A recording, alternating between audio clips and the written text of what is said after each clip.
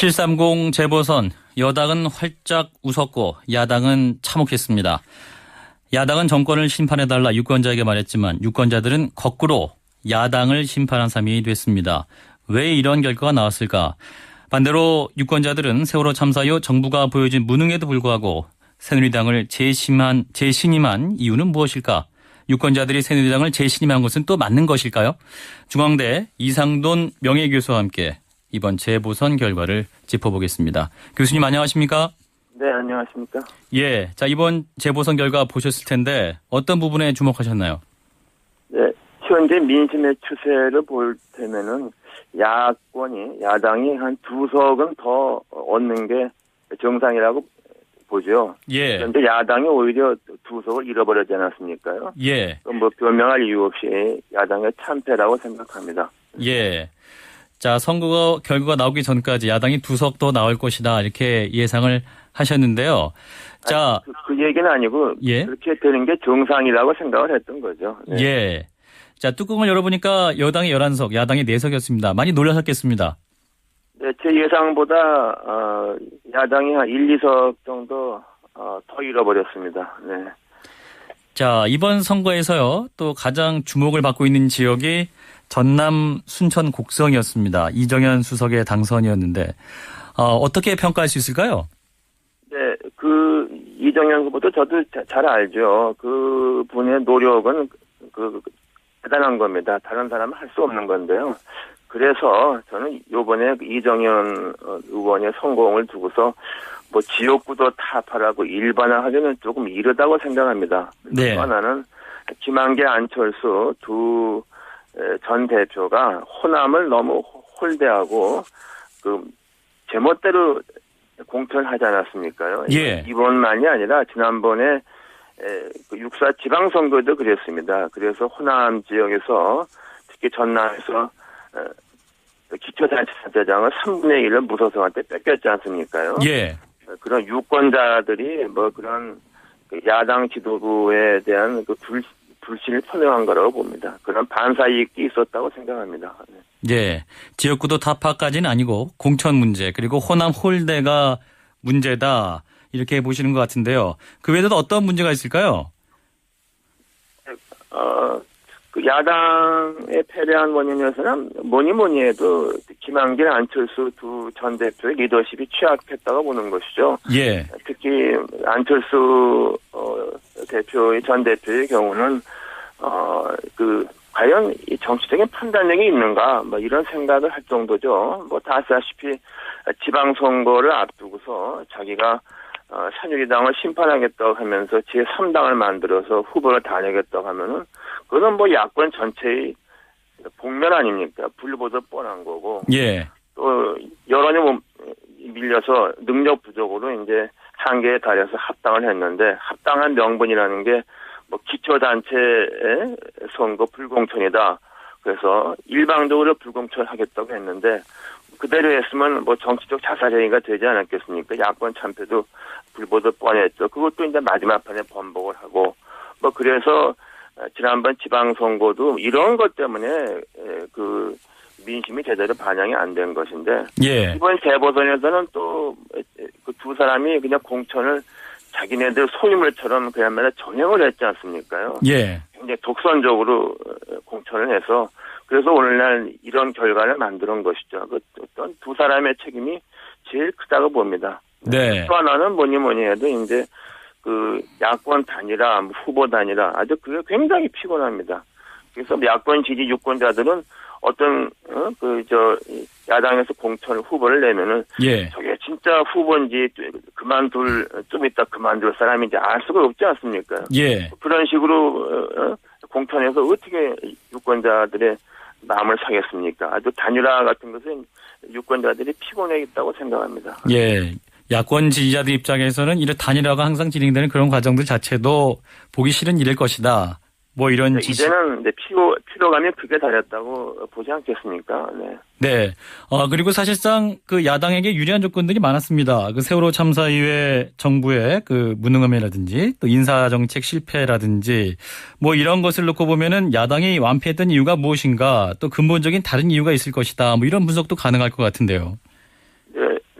근본적인 원인도 뭐 제가 보기에 좀 뭐 여러 가지 있겠습니다만은 뭐니 해도 야권의 어떤 분열상 같은 것도 크다고 봅니다. 현행의 비례대표제의 좋은 뜻을 말하자면은 좀 그 진보 정당, 소수 정당이 좀 악용했다고 그럴까요? 그래서 뭐 지역구 의원은 몇 명 안 나오지만 비례 의원이 많이 나오는 그런 것에 일종의 재미를 들인 것 같아요.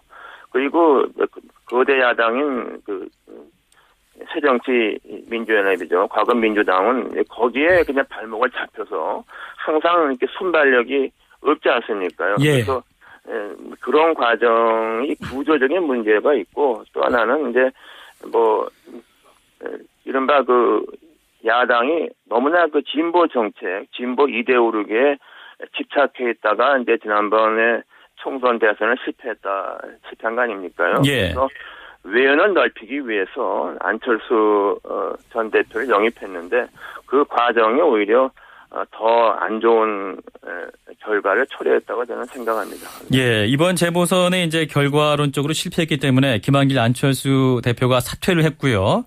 또한 수원 8달에 출마했던 손학규 고문이 정계 은퇴를 선언했습니다.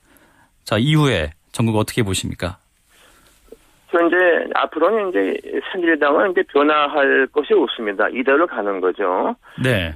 그 반면에 이제 야당이 이번의 기회를 잘 이용을 해서 뭔가 좀 변화를 가져오고 또 혁신을 할 것 같으면은 저는 그것도 기회가 될 수 있다고 봅니다. 그래서 과거와 같은 그 분열 또 특히 그 뭐 말씀드리자면은 선거 때마다 그 단일화 연대 그것에 발목을 묶기 위해서는 이제 안 된다고 봅니다. 이제 유권자들은 거기에 대해 점수를 주지 않습니다. 그래서 이런 부분을 과감하게 털 정도의 어떤 그 변화를 가져올 수 있느냐 없느냐 또 새로운 그 인물을 좀 영입을 해서 외연을 넓힐 수 있느냐 그리고 또는 특히 이제는 그 진보 정책 뭐 세금을 많이 걷어서 뭐 복지를 대폭하겠다 뭐 이런 정도의 정책으로서는 뭐 집권하기가 좀 어렵다고 생각이 됩니다. 그래서 현재 우리나라 사회의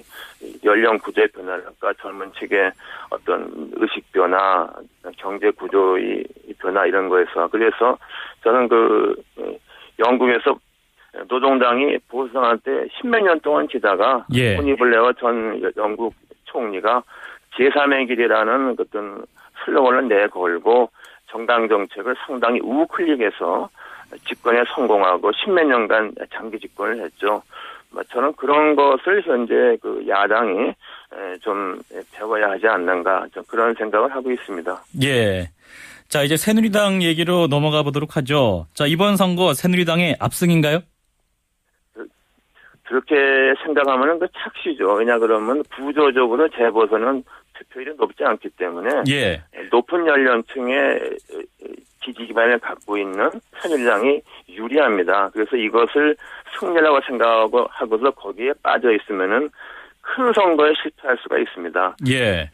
그래서 이런 그 선거 결과를 갖다가 새누리당이 어떻게 받아들이느냐 하는 것이 이제 앞으로 큰 선거에서 계속 성공하느냐, 아니면 더 큰 실패를 하느냐, 뭐 그런 갈림길이 있다고 봅니다. 뭐 착시라고 말씀하셨는데요. 세월호 참사에도 불구하고 승리를 했습니다. 그렇다면은 정부와 새누리당에 대한 재신임이다. 이 정도 해석은 가능할까요? 저는 그걸 재신임으로 해석하면은 현 정부, 현 집권 세력이 좀 큰 실패를 할 수 있다고 봅니다. 저는 이번 선거의 성공에도 불구하고 좀 겸허하게 민심을 수용을 하고 현재 문제가 되고 있는 세월호 특별법 같은 것도 좀 진취적으로 좀 수용해야만 됩니다. 물론 이 특별법의 주된 영역은 진상조사지 저는 배상이나 보상은 아니라고 봅니다. 저는 근원적으로 법원의 영역이죠. 무엇보다도 우리 국민 그리고 특히 피해자 또는 유가족들은 진실을 알기를 원하는 거니까 이런 문제에 대해서 뭐 집권 여당이 좀 전향적으로 나와야만 장기적으로 좋은 결과를 가질 수 있다고 봅니다. 자, 세월호 특별법 얘기를 하셨기 때문에 그 얘기를 한번 넘어가 보도록 하겠습니다. 방금 그 전향적으로 해야 된다 이런 말씀하셨어요. 그런데 현재 그 증인 채택 문제가 지금 답보 상태거든요. 김기춘 실장이라든지 정호성 부속비서관이라든지 유정복 전 장관 등 문제입니다. 이분들 나와야 한다고 보십니까? 네, 그 대통령의 그 비서실이 이러한 어떤 의회의 조사에서 특권이 있냐 없냐는 문제는 이미 그 미국에서 다뤄진 바가 있습니다. 법원 판결로. 그런 특권은 존재하고 있지 않다는 것이죠. 대통령의 특권석에 따라서 합리적인 의심이 있고 의회가 조사할 어떤 권한이 있는 사항이면은 소용력은 없다고 생각합니다. 예, 대통령의 특권이 없다. 그렇다면은 그 주요 쟁점이 됐던 7시간 동안의 대통령의 행적 이것이 새누리당 쪽에서는 사생활이다. 뭐 이런 입장도 있었는데요. 그렇다면은 사생활은 없다라고 봐야 될까요? 물론 이런 말이 있지 않습니까? 정치인들은 사생활이 없다고 얘기하는데 그래도 저녁 6시 이후는 좀 사생활이 좀 있을 수 있죠. 그러나 특히 대통령이 그 시점에 뭘 했는가 하는 거 이런 것은 국민이 알 권리에 포함된다고 봅니다. 미국에서도 9.11 그 사태에 났을 때 좀 부서지에 올랐던 것이 조지 W 부시 대통령이 그해 여름에 휴가를 거의 한 달인가 갔어요. 그래서 미국 역사상 가장 오랫동안 휴가를 갔다가 이런 일을 처리하지 않았느냐. 또 그 당시 안보보좌관은 뭘 했고 뭘 했느냐 하는 것이 좀 논란이 됐지만은 9.11 테러는 그 국가적인 어떤 비극이기 때문에 그러면은 나중에 다뤄졌지 그 임시에는 논의가 안 됐죠. 근데 이번 사건은 총체적으로 우리 정부기관의 무능에 이런 비극을 처리한 면이 굉장히 크지 않습니까요?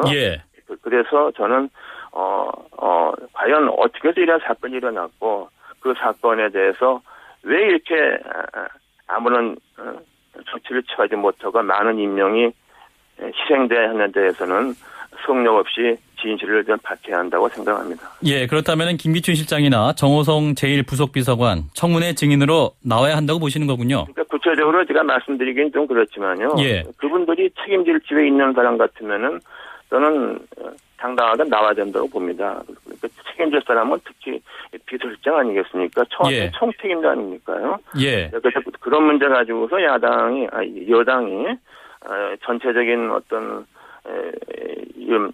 의회 조사랄까 특별법의 어떤 조사 대상을 거부하는 것은 좀 순리에 맞지 않다고 생각합니다. 네, 여기까지 듣겠습니다. 고맙습니다. 네, 감사합니다. 중앙대 이상돈 명예교수였습니다.